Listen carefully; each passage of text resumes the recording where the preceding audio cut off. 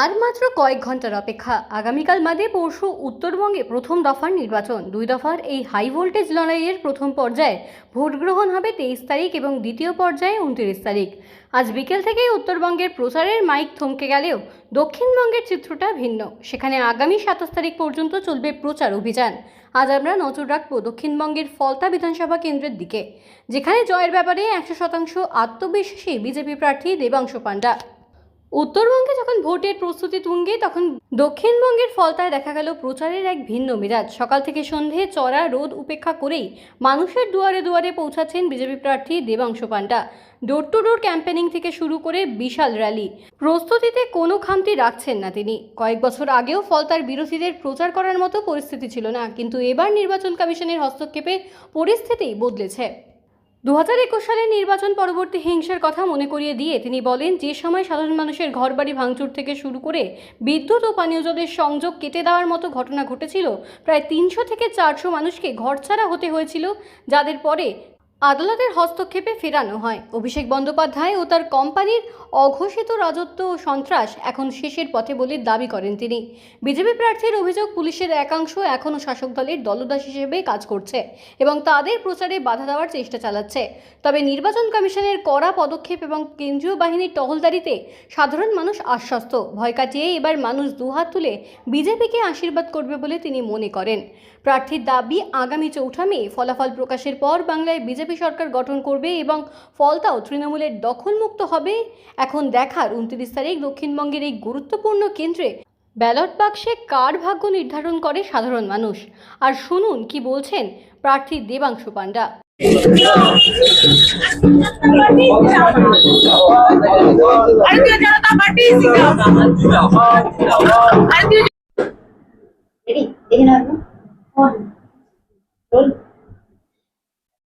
দাদা, হাতে গোনা আর মাত্র কয়েকটা দিন বাকি সামনে বিধানসভা নির্বাচন, প্রস্তুতি কেমন চলছে?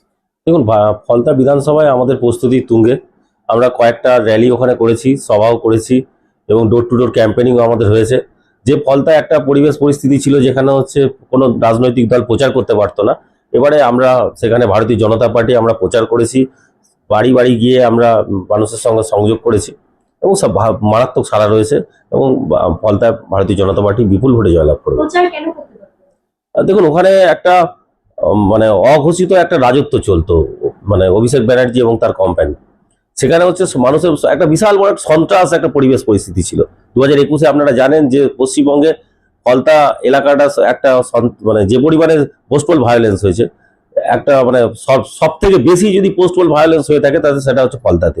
এবং ফলতাতে মানুষের ঘর বাড়ি ভাঙচুর থেকে আরম্ভ করে ইলেকট্রিকের লাইন কেটে দেওয়া, খাওয়ার জলের কল ভেঙে দেওয়া, প্রায় 300 থেকে 400 জন ফলতা মানুষজন যারা হচ্ছে ঘর ছাড়া ছিল পোস্টাল ভায়োলেন্সের পরে ভারতীয় জনতা পার্টির হস্তক্ষেপে হাইকোর্টে কেস করে এবং বিভিন্নভাবে মানবাধিকার কমিশন করে তাদের ঘরে ফেরানো হয়েছে।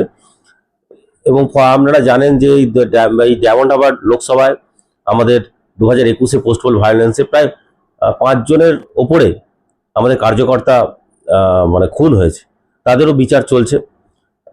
এখন যা পরিবেশ পরিস্থিতি রয়েছে ফলতাতে, নির্বাচন কমিশনের হস্তক্ষেপে এবং সেন্ট্রাল বাহিনী যেভাবে মুভমেন্ট রয়েছে, সাধারণ মানুষ আমাদের দুহাত তুলে আশীর্বাদ করছে এবং ভোট শান্তিপূর্ণভাবেই হবে। সাধারণ মানুষ শান্তিপূর্ণভাবে ভোট দিতে পারবে এবং নির্বাচন কমিশন অলরেডি ডিক্লেয়ারই করে দিয়েছে, যারা থ্রেট দেবে, যারা ভয় দেখাবে, যারা ছাপ্পা দেবে, রেগিং করবে এবং বাড়িতে বাড়ি দিয়ে সন্ত্রাস সৃষ্টি করবে, তাদের সবাইকে অ্যারেস্ট করবে এবং সেটা পদক্ষেপও ফলতা এলাকায় হচ্ছে, যার ফলে ফলতায় প্রচারে অসুবিধা হচ্ছে না।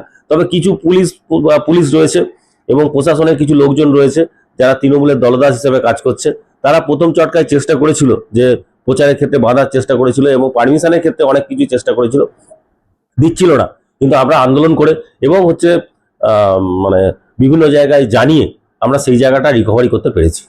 কিছুদিন আগে, গত 5 দিন আগে যে আপনার প্রচারে যেভাবে তৃণমূলের তরফ থেকে যেভাবে বাধা সৃষ্টি করা হলো, দেখুন, ফলতায় প্রত্যেক দিনই আজকেরও আমি প্রচারে বেরোচ্ছি, আজকেরও দেখবেন বাধার সৃষ্টি করা হচ্ছে, প্রত্যেক দিনই বাধার সৃষ্টি করা হচ্ছে এবং কিছু লোকজন রাস্তার দুধারে দাঁড়িয়ে থাকছে, তারা বিভিন্নভাবে প্রচারটাকে হ্যাম্পার করার চেষ্টা করছে। কিন্তু আমরা ওদের কোনো কথায় কর্ণপাত না করে আমরা আমাদের করছি। এই তৃণমূলের কিছু লোকজন রয়েছে যারা হচ্ছে 2021-এ বাড়িতে বাড়িতে গিয়ে সন্ত্রাস করেছিল, তারাই আজকে রাস্তায় দাঁড়িয়ে দাঁড়িয়ে বিজেপি যাতে প্রচার না করতে পারে সেই জন্য ভয় দেখাচ্ছে, শাসাশাসুরি করছে, চিৎকার চেঁচামেচি করছে। কোনো কোনো ক্ষেত্রে যারা হচ্ছে করেছে তাদের মারধরও করেছে। কিছু কিছু ক্ষেত্রে আমরা প্রশাসনের দিক থেকে জানিয়েছিলাম এবং পুলিশ প্রশাসনকে জানিয়েছিলাম এবং ওপরে নির্বাচন কমিশনকে জানানোর পর এই জিনিসগুলো অনেকটা রিকভারি হয়েছে। যেভাবে নির্বাচন উঠে লেগেছে, যেভাবে নির্বাচনের তরফ থেকে এবং বিজেপির তরফে বলা হচ্ছে যে শান্তিপূর্ণ ভোট হবে, সেখানে দাঁড়িয়ে যে ফলতা এই ধরনের উত্তপ্ত পরিস্থিতি, কি মনে হচ্ছে যে ফলতাতে কি একদম শান্তিপূর্ণ ভোট হবে? হ্যাঁ, ফলতাতে আমাদের সর্বদলীয় মিটিং ছিল। সেখানে মিটিং নিয়েছিলেন আমাদের যিনি আইপিএস পুলিশ অবজারভার যিনি আছেন, উনি মিটিং ছিলেন এবং হচ্ছেন একজন অবজারভার এসছেন তামিলনাড়ু থেকে, কুমার আনন্দ, উনি আইএস, উনি এই ফলতা বিধানসভার অবজারভার রয়েছেন। উনি বলেইছেন যে সর্বদলীয় মিটিংয়ে বলেই দিয়েছেন কোনো রকম সন্ত্রাস করতে দেবেন না এবং সাধারণ মানুষ সুষ্ঠুভাবে ভোট দেবে এবং যারা সন্ত্রাস সৃষ্টি করবে, মানুষের মধ্যে হুমকি দেবে, তাদের প্রত্যেককে জেলে পড়া হবে এবং তারা এই নির্বাচন তো জামিন পাবেনই না এবং কবে জামিন পাবে সেটাও ঠিক হবে না। আচ্ছা, 4ঠা মের পরে কি আবার সেই 2021 সালের মতো পুনরাবৃত্তি হতে না, পারে? 4ঠা মের কোনো প্রশ্ন নেই। 4ঠা মে ভারতীয় জনতা পার্টি বিপুল ভোটে জয়লাভ করবে এবং সরকার গঠন করবে এবং 4ঠা মে আমরা ফলতাও দখল করে নেব। ওই সন্ত্রাস কি বলে কিছু হবে না। আর ভারতীয় জনতা পার্টি সন্ত্রাসের পক্ষে নয়। আর সব মানুষই গণতান্ত্রিক অধিকার যেটা আছে, যেটা ফলতায় 15-20 বছর ধরে ছিল না, সেই গণতান্ত্রিক অধিকার ভারতীয় জনতা পার্টি ফিরিয়ে দেবে। 2021 বিধানসভা নির্বাচনে তৃণমূল প্রায় 56% ভোটে জয়লাভ করেছিল। কি মনে হচ্ছে এবারে বিজেপি কত শতাংশ? দেখুন, 2021-এ কেন, 2016-তেও ওখানে পঞ্চায়েত ইলেকশন হয়নি, আনকনটেস্টে সব পঞ্চায়েত জিতেছিল এবং 2019-এও সেম জিনিস হয়েছিল। আমাদের যিনি ক্যান্ডিডেট ছিলেন নীলাঞ্জন রায়, তিনিও প্রচার করতে পারেননি, ওনার বাড়ি ভেঙে দেওয়া হয়েছিল এবং হচ্ছে ওনাকে ফলস কেস দেওয়া হয়েছিল এবং 21-এও সেম জিনিস। কিছু কিছু জায়গায় ভোট হলেও সম্পূর্ণ জায়গায় ভোট হয়নি এবং 24-এও দেখেছেন আপনারা যে যিনি আমাদের ক্যান্ডিডেট ছিলেন অভিজিৎ দাস ববি, দেখেছেন যে ভোটের দিন শুধু তৃণমূলের ওই ইভিএম এ তৃণমূলের অংশটা ছাড়া বাদবাকি সব জায়গায় হচ্ছে সেলোটে মারা ছিল এবং ভোটে হচ্ছে যে সিসিটিভি সেটা ঘুরিয়ে রাখা হয়েছিল, সব রকম করা হয়েছিল এবং হচ্ছে সেটা নিয়ে মহামান্য হাইকোর্টে বিচারও চলছে এবং বিচারাধীনও রয়েছে। সেটা যাই হোক, এবার এইরকম পরিস্থিতি করা হয়েছিল। কিন্তু এবারে প্রথম থেকে নির্বাচন কমিশন যে পদক্ষেপটা নিয়েছে, যে সাধারণ মানুষের বাড়িতে বাড়িতে গিয়ে বোঝানো যে আপনি ভোট দিন, কোনো রকম সন্ত্রাস হবে না এবং ভারতীয় জনতা পার্টি গিয়েও প্রত্যেকটা বাড়িতে বাড়িতে, আমি তার প্রতিনিধি হিসাবে এবং নেতৃত্বরা আসছে, তারা গিয়ে বাড়িতে বাড়িতে বলছে যে কোনো সন্ত্রাস হবে না, আপনার ভোট আপনি দিতে পারবেন। যেটা 15-20 বছর আগে যেটা ছিল, যে পরিস্থিতি ছিল, সেই পরিস্থিতিতেই ভোট হবে এবং শান্তিপূর্ণ ভোট হবে এবং ভোটটা গণতন্ত্রের একটা উৎসব হিসাবে হবে এবং যারা ভয় দেখাবে, যারা ভয় দেখাচ্ছে বা যারা মানুষের মধ্যে ভীতি সঞ্চার করছে বা রেগিং ছাপ্পা দিয়েছে গতবারে এবং এবারে দেওয়ার পরিকল্পনা করছে, তারা সব জেলে যাবে এবং অবধারিত জেলে যাবে এবং নির্বাচন কমিশন সেটা বলেও দিয়েছে। আমাদের যিনি এখানে অবজারভার এবং পুলিশ অবজারভার, তারা স্পষ্ট বলে দিয়েছেন যে এদের জেলে যেতে হবে এবং এরা নির্বাচনের আগে কোনোভাবেই জামিন আর পাবেন না। নির্বাচনে সুষ্ঠু সম্পূর্ণভাবে একদম প্রশাসন এবং নির্বাচন কমিশন যেভাবে বলেছেন, যেভাবে সুষ্ঠুভাবে এবং শান্তিপূর্ণভাবে ভোট হবে এবং অপরাধীদের যেভাবে শাস্তির বিধান করেছে এবং যে শাস্তি দেওয়ার যে পরিকল্পনা নির্বাচন কমিশন করেছে, ইউজ করেছে। আমি সব সময় বিজেপি কর্মীদের পাশে রয়েছি। বিজেপি ভারতীয় জনতা পার্টি সব সময়, বিজেপির কর্মীরা সব সময় সাধারণ মানুষের পাশে রয়েছে। তাদের বাড়ি থেকে বোঝানো হচ্ছে যে আপনারা আসুন, কোনো অসুবিধা নেই এবং যে ভীতি আমরা এই 10-12 দিন ধরে যেভাবে ফলতায় প্রচার করেছি এবং সাধারণ মানুষের কাছে গেছি, যে ভয় ভীতির পরিবেশ ছিল, সেটা 100 না হলেও 80% কাটানো হয়ে গেছে। আর কয়েকদিনের মধ্যে আমরা 100% কাটিয়ে দেবো এবং সাধারণ মানুষ সুষ্ঠুভাবে ভোট দিতে পারবে। কোনো রকম কোনো কিছু হবে না যে ওদের ভয়, সাধারণ মানুষকে ভয় দেখানো হচ্ছে যে আমরা এক্সট্রা ক্যামেরা লাগিয়ে রাখবো, আমরা ইভিএম এ আতর দিয়ে দেবো, আমরা হচ্ছে এতে ভোটে যখন আসবেন, আপনারা যখন আসবেন তখন আমরা ঠিক আমাদের ওখানে সব সিস্টেম রেডি করা আছে, আমরা ঠিক বুঝতে পারবো কাকে ভোট দিয়েছে। এসব হবে না, ওয়েবকাস্টিং এর মাধ্যমে ভোট হবে। আপনার প্রথমে আমাদের যে সেন্ট্রাল বাহিনী থাকবে তারা আধার কার্ড বা ভোটার কার্ড চেক করবে, তারপর বিএলও চেক করবে, তারপরে গিয়ে ওখানে ভোট দেবে এবং সব কিছু ওয়েবকাস্টিং এর মধ্যে ভোট এবং সিসিটিভি এবং হচ্ছে যে ক্যামেরা থাকবে, সেটা হচ্ছে নির্বাচন কমিশনের যে আছে জেলা যে নির্বাচন দপ্তর হবে সেখানে থাকবে এবং নির্বাচন কমিশন দপ্তরে থাকবে। এত কিছুর মধ্যে রয়েছে, ও কোনো কিছুই করতে পারবে না, শুধু হুমকি আর ভয় আর আতঙ্ক পরিবেশ সৃষ্টি করা ছাড়া তৃণমূল আর কিছু করছে না।